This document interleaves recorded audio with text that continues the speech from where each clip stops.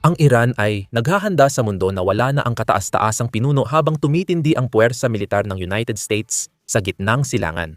Inilunsad na ng Tehran ang Plan B, isang estratehiya para mapanatiling gumagana ang pamahalaan kahit pa maputol ang pamumuno sa isang pag-atake. Kaya may ilan sa pamahalaan na pinag-uusapan ngayon ang tinatawag na Napoleon Bonaparte na opsyon. Gusto nilang palitan ang 85 anyos na kataas-taasang pinuno ng isang matatag na leader militar upang maiwasan ang tuluyang pagbagsak.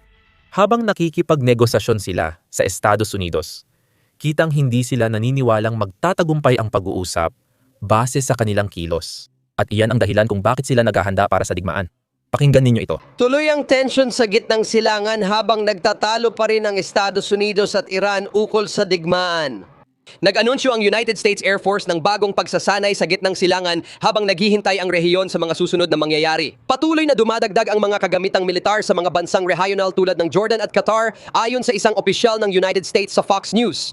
Nasa tubig na ng CENTCOM ang United States ship Abraham Lincoln Aircraft Carrier Strike Group pero hindi pa ito itinuturing na nasa istasyon dahil dinadagdagan pa ang puwersa. Sinabi ng tagapagsalita ng Foreign Ministry ng Iran ito tungkol sa kakayahan ng kanilang bansa sakaling sumiklab ang digmaan. May pambihirang kakayahan kami sa depensa at mas handa na ngayon. Tungkulin at responsibilidad namin na ipagtanggol ang dangal, soberanya at teritorial na integridad ng Iran. Tumutugon din ang mga sibilyan ng Iran sa bantang direktang labanan laban sa Estados Unidos at Israel. Noong tag-init, nakita ng mga tao sa kabisera ng Iran ang 12 sunod na araw ng digmaan. Sa tingin ko, nagpapadala sila ng barko dahil sa pakiramdam nilang may banta dahil laging sinasabi ng Iran na bobombahin ang interes ng Amerika sa gitnang silangan.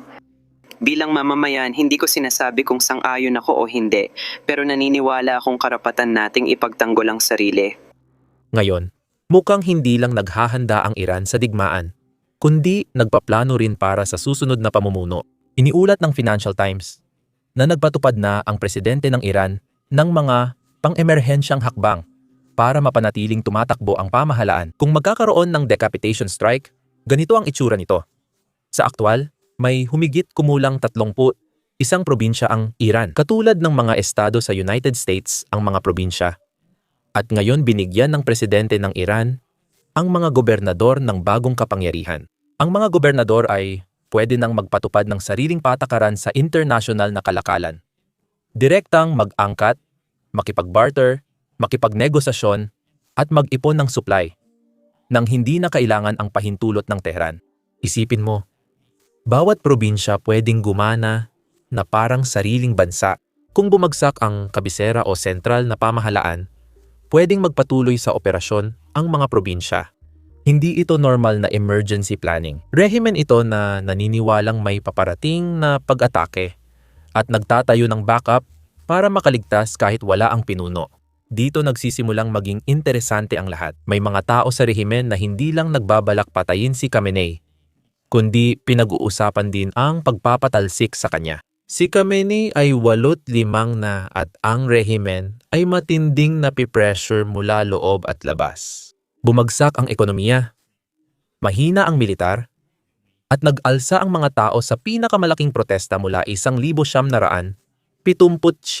May ilan sa rehimen na malinaw na nakikita ang sitwasyon. Pabigat na si Khamenei. Kung iaalay nila siya, papayagang magbitiw o tahimik na alisin, maaaring maligtas ang sistema at maiwasan ang pagbagsak. Ngayon, hindi lang ito haka-haka. Mismong mga opisyal ng Iranian regime ang nagsabi nito. Kamakailan lang, isang ekonomista na nagtatrabaho para sa Islamic Republic ang nanawagan kay Ayatollah na magbitiw at bigyang daan ang isang leader na parang si Bonaparte, si Napoleon Bonaparte. Ibig sabihin, gusto niya ng leader na kayang patatagin ang bansa gamit ang lakas. Binanggit pa niya ang kandidato, tagapagsalita ng parlamento at dating komandante ng IRGC. Malakas siya at kayang kontrolin ang militar. Kaya posibleng magbitiw si Khamenei nang hindi nasisira ang sistema. Ganito, ang pinakamataas na pinuno ang nasasakripisyo, pero buhay pa rin ang sistema. Magbabago lang ang leader, pero pareho pa rin ang sistema. Ngayon, karamihan sa mga tao ay iniisip na kapag nawala na si Khamenei, magiging demokrasya na ang Iran. Pero ang totoo, mas komplikado at mas madilim pa ang realidad. Ngayon, may mga video kami tungkol sa Iran na nade-demonetize at nililimitahan. Kaya hindi na ito lumalabas sa homepage ng marami. Kaya kung maaari, pakitulungan nyo kami sa algorithm sa pamamagitan ng pag-subscribe sa button sa ibaba. Nakakatulong ito para maabot namin ang mas maraming tao. Maraming salamat. Balikan natin kung bakit maaaring walang magbago kahit magpalit ng rehimen. Maraming nagsasabi sa loob at labas ng United States government na kahit magdekapitasyon, strike ang United States, baka hindi pa rin makuha ang gusto nilang pagbabago ng rehimen. Heto ang isang pananaw. Pakinggan ninyo. May mahalagang punto rito sa pag-atake sa Revolutionary Guard o militia. Pero sa tingin ko dapat ding isipin ng Pangulo ang pangmatagalan. Hindi sapat ang isang atake para pabagsakin ang rehimen. Kung seryoso siya sa pagbabago, dapat mas programado at estratehiko ang kanyang plano. Sa sinabi mong programado, prestihiyo at estratehiko, tinatanong mo ba kung ano ang ipapalit sa rehimen? Yan lagi ang sinasabi ng mga nag-uudyok na huwag kumilos sa Iran. Parang nung nagkakilala tayo, malayo na sa dati mong pananaw. Programmatic ito dahil hindi sapat ang isang atake para pabagsakin ang rehimen. Kailangang pag-isipan ang epekto ng sunod-sunod na atake. Upang pahinain ang kakayahan ng rehimen na magdulot ng problema sa larangan ng nuklear at terorismo, pero pati na rin upang bawasan ang kapangyarihan nitong supili ng sarili nitong mamamayan, totoo na hindi maayos ang organisasyon ng rehimen. Mahirap isipin na may mas malala pang papalit sa kasalukuyang rehimen. Ngayon, ito ang realidad. Sa 72 milyong tao sa Iran, kahit 10% lang ang sumuporta sa rehimen, 9 milyon pa rin iyon. Milyon-milyong Iranian ay may sariling interes sa sistema. Ang IRGC ay hindi lang puwersang militar, kundi imperyo rin ng negosyo. Kontrolado nila ang konstruksyon, telekomunikasyon, langis, at pagbabangko.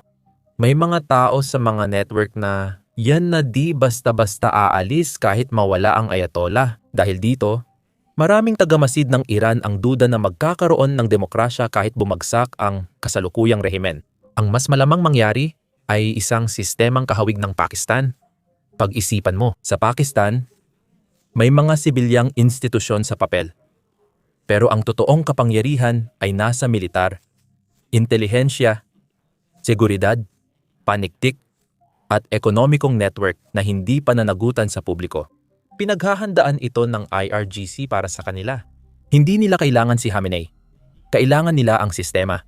At handang-handa silang ipagpalit ang matandang iyon para sa sarili nilang kaligtasan.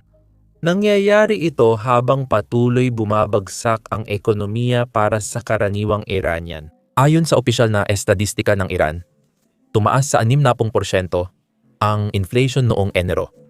Ang pinakamataas na naitala sa kasaysayan ng Islamic Republic. 60% ibig sabihin, doble ang presyo sa isang taon.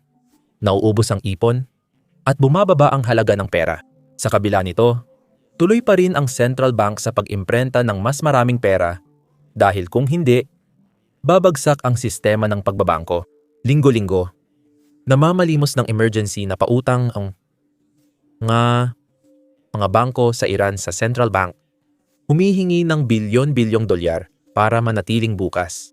Kaya napipilitan ang central bank na aprubahan ang hiningi nila.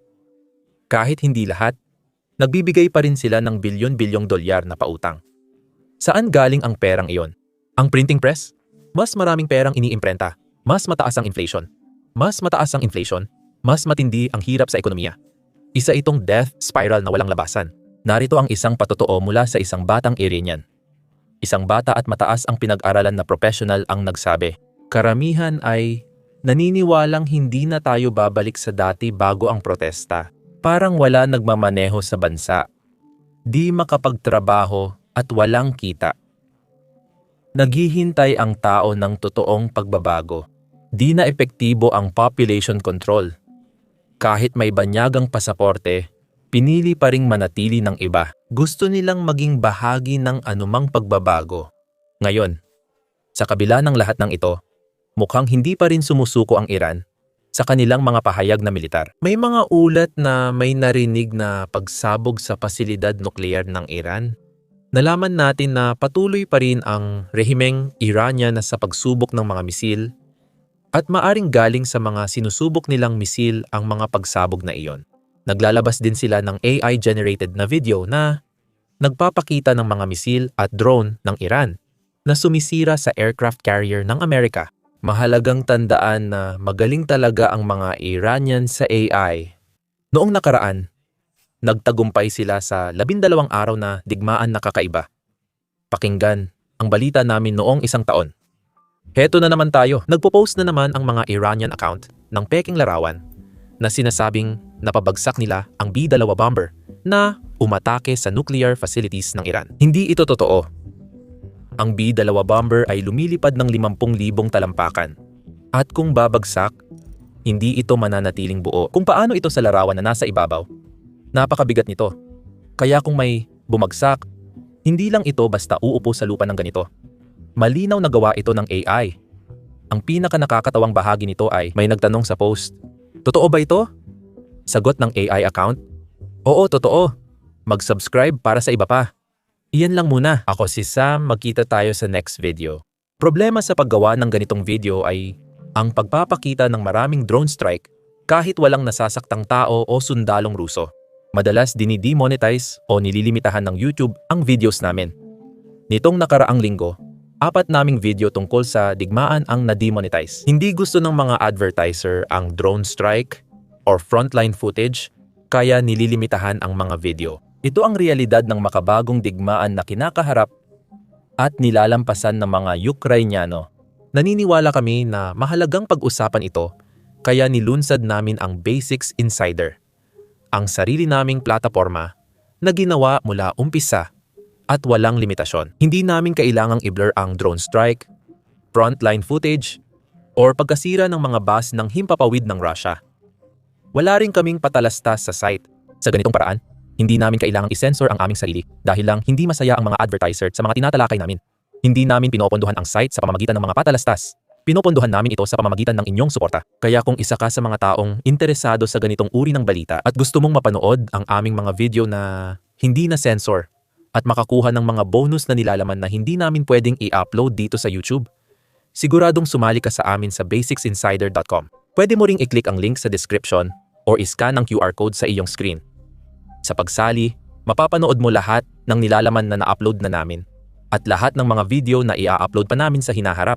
Bukod pa dyan, susuportahan mo ang aming coverage at ang aming channel. Kaya maraming salamat. Ako si Sam at magkikita tayo sa susunod.